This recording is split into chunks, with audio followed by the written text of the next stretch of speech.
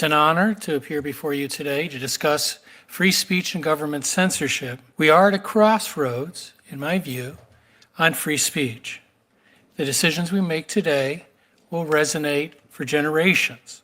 For many years, some of us in the free speech community raised alarm over a growing and unprecedented anti-free speech movement in the United States, including growing infrastructure for censorship that stretched across agencies, universities, and corporations. A cottage industry of disinformation experts emerged with millions of dollars funneled to universities and groups to help target or curtail certain viewpoints. Remember, it's the people that claim they want to end misinformation and disinformation that are the censors. Jonathan Turley, who's great, said your government was working through universities, big tech media to be a censor. And they started this little mini business of misinformation experts. All of them were Democrats. Remember, guys, Democrats do not want free speech. The Democrat Party cannot survive if free speech exists. Their candidates cannot win if there's true free speech. I'm John Mike Keene. Let's check out more of Jonathan Turley. This new industry effectively commoditized free speech, and more importantly, monetized censorship. Suddenly, the market was awash with money for those who could offer systems or staff to combat viewpoints deemed misleading or false. The contractors often strove to keep examples of their work out of the public eye. At the University of Michigan, James Park marketed the schools program and noted that it could do what many were searching for by, quote, externalizing the difficult responsibility of censorship. When some of us raised the system in prior testimony, we were met with dismissals from members who insisted there was no proof of any coordination with the government on these efforts. For years, many in Congress opposed every effort to disclose the extent of this cooperation. Because democracy dies in darkness. That's why they kept it dark, because even Democrats, they love killing democracy. They don't want you to know. So it was a massive, secretive cover-up campaign by the Biden administration, and only the Biden administration. No Republican administration has done this. We've never done it. We will never do it. If there's a danger at a totalitarian government coming to take your free speech away, it is Democrats. And in this case, probably the worst and the widest spread censorship in our country's history was practiced by the Biden administration. They are the worst totalitarian censorship dictators in our country's history. Let that sink in. And it's true.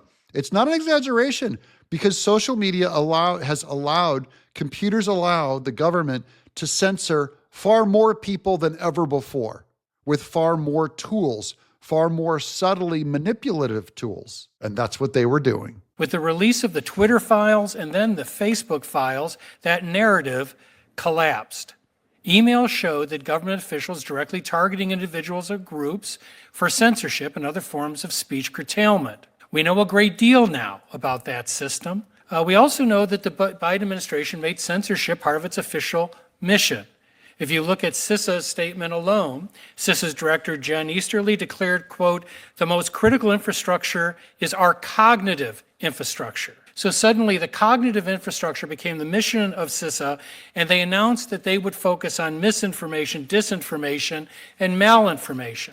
By the way, malinformation is, quote, based on fact, but used out of context to mislead, harm, or manipulate. That was one of the three categories targeted by the Biden administration.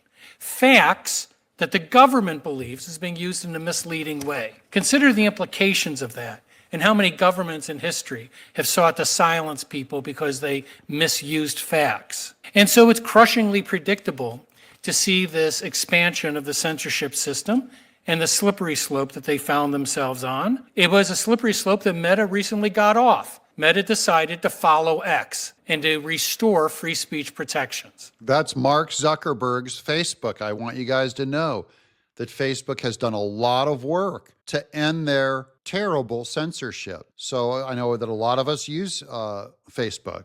I have another channel over there. There's the Doug in Exile Facebook channel is over there. But I wanted you guys to know that it's safe to use again because Mark Zuckerberg has been following Elon Musk. And I hope you guys have subscribed to this channel. Be sure and subscribe because we covered all that when it happened a year ago and 2 years ago.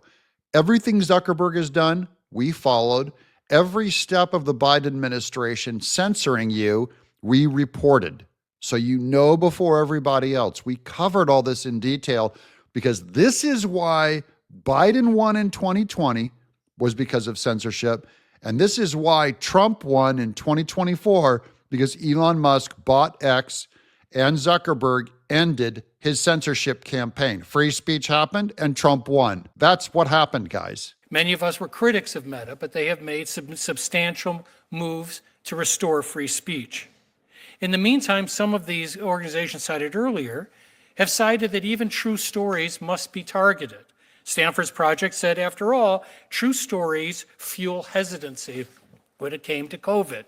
The Biden and the Facebook files, they remarked that they were under pressure from the Biden administration to remove negative information and opinions, to take them down, including humorous and satirical content. They went after the arts. They went after jokes, that is, jokes against Hillary Clinton or jokes against Biden. The government went after it. That is a dictatorship and a totalitarian monstrosity like you can't believe, like we've never seen before. You guys know if you love free speech, that is, if you love having freedom, a free will, a free conscience, a free opinion, freedom to have an opinion, you cannot ever put an X next to a Democrat on a ballot. My pen name is John Mike Keene.